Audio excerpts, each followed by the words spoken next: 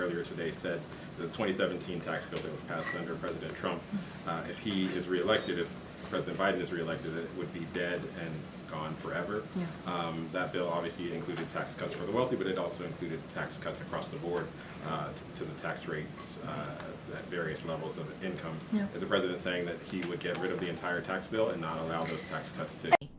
Good question. I think what the president was trying to say, he was trying to make very clear that that was the 2017 tax bill was something that was for, billionaires and corporations, and that's not what he's for, right? He wants to make sure that the working class gets their fair share. He wants to make sure that the billionaires and corporations pay, right, what they owe. And so he's talking about an economy, what type of economy that he wants to build. You hear us say it all the time. He says it all the time, an economy that's built from the bottom up, middle out, that doesn't leave out working people, that doesn't leave out the middle class, that builds into the middle class. And I think that's what he was trying to speak to more broadly, and how billionaires and corporations have to pay their fair share. He's always been very clear about that. And 2017 tax bill does not do that. It does the opposite of that. And that's what we've seen from Republicans continuing, like when they put out their budget recently, that's what they're doing. They want to give them a break. And what the president wants to do is give the middle class a break. He wants to give working people a break. And you've seen that from his legislation that's been passed in trying to make sure that we do not leave communities behind, communities that have been left behind for decades now. Go ahead. Thank you, Karine. The president isn't really doing everything he can to bring gas prices down, is he? I feel like is there something else to the question? Oh, there's a lot to the question. Oh, okay. Well, for example, yeah. as you mentioned earlier, he's meeting today with people installing offshore wind equipment, but not oil and gas CEOs who are rarely ever in town, but they are today. So how did that help lower gas prices? Well, the president has done so let me step back for a second. But No. With offshore wind You're folks, asking and me. not with gas. You're asking me the gas question. CEOs, how does that lower gas Peter, prices? You said Peter. he's done everything in his power. They were a mile away. Peter, you're asking me a question. May I answer? Yes, please. Okay, here we go. I just want to take us back a second on how we got here, right? So we have seen gas prices go up by $2 a gallon. One of the reasons we have seen that, is because of Russia's war in Ukraine. And once that happened, once we saw what that impact was going to be, the president took action. He took action. He made a historic choice to tap the Strategic Petroleum Reserve, 1 million barrels a day, and that was for 6 months. And that helped blunt the impact of what we're seeing right now. Okay.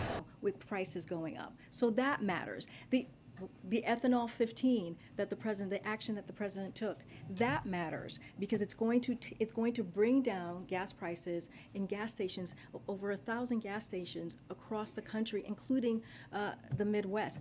That matters. And so the president is trying to figure out and take steps in how we can bring the gas prices down. And we have a high level of oil production. So what we are asking the oil refinery companies to do is to take that production, turn it into refine that oil so that there is capacity. We are not at capacity right now, and it does matter that the Secretary of Energy, which is her purview, that is her portfolio, to meet with these oil execs, that she does on pretty regular basis. But your point was about how we got here. The president said, as a candidate, no more drilling on federal lands, no more drilling including offshore, no ability for the oil industry to continue to drill, period.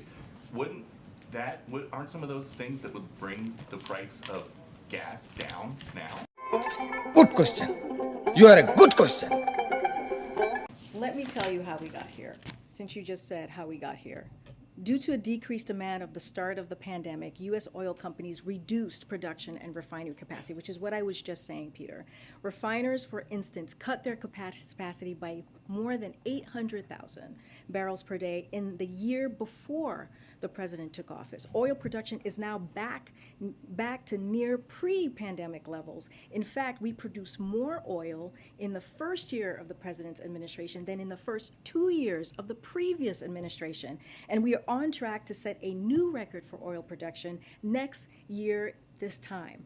But oil refiners have still not brought refinery capacity back online. At the same time, as I was just stating to you about Putin's war, Putin's invasion of Ukraine disrupted the global oil supply, and gas prices have gone up nearly to $2 since the beginning of the year before the invasion. President Biden has taken historic actions again to alleviate the pressure and to blunt what the impacts that we have seen because of Putin's war, and that matters, and that's what the president has been focused on. Okay, and the president yesterday was talking about this transition to greener energy someday. A lot of people can't afford a $60,000 electric car, and they also are having a hard time affording gas right now. That sounds like a painful transition. So how much of that kind of pain is the president okay with? Nice. No, that transition, we are in a transition to clean energy. That is something that that is important. It is going to create jobs. When you think about electric vehicles, it is going to give families some tax credits. It's going to be really important to have. Who can afford an electric car? The average price is $61,000. Well, we're going to continue to move forward with what we have put forward, the bipartisan infrastructure. $5 gallon gas or a $61,000 That is electric not, car? first of all, that's apples and oranges. It's not the same. What we're trying to do right now is to deal with an acute problem right now, which is why the president, again, asked for a 90-day suspension of the gas tax holiday. It is going to make a difference. Peter, we're talking about 18 cents on the federal level. We're talking about an average of 30 cents on the state level. And if the oil refinery does their job, if they do what we are asking them to do, which is put their profits back in so that gas prices can go down, that's almost $1 per gallon. That matters. That matters. That matters to teachers. That matters to home health care aides. That matters to construction workers. That matters to plumbers. That matters to lifeguards. Those are the people that, and many others, who are going to feel this in a way that will give them relief at the pump. All right, we're done. Supreme Court On the Granholm meeting, the refiners wanted to dissuade the White House from any sort of ban on fuel exports. Did Granholm agree to that? I'm sorry, I was distracted. Can you say that one more time, Steve? Ban on fuel Okay. exports. The refiners don't want that. Was that discussed at the meeting today? Did Secretary Granholm agree to set it off the table? Good question. I can tell you, Steve, that decision has not been made. There's no decision on that at this time. And secondly, on the gas tax holiday, has the president talked to lawmakers today about this to try to get them on his side? So I don't have any meetings to preview for you at this time, but we are going to, our Office of Ledger Affairs is in constant communication with folks on the Hill. So that is going to be an ongoing conversation. And the president, this is something that the president thinks is going to be really important for the American people, to give them that relief, a little bit of breathing room, as you hear the president. I'm going to just take a couple more. Thank you.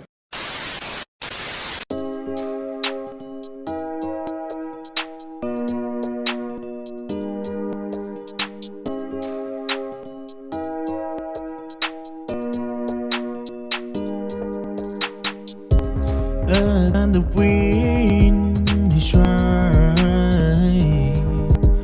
A boy with dream, weather hurt, a breather, down the temperature. We hope reside, hear what again. The wind rain, the teeny go. With the beggars, we call the coincide. Again the wind with the spirits brighter. In the symphonies stronger. With the soul gone further. Here conquer the storm. With someone wearing stride. Again the wind, the fray of strength, he broke her, embarrassing life with everything. Again, the driver, a story of turn in the remote night.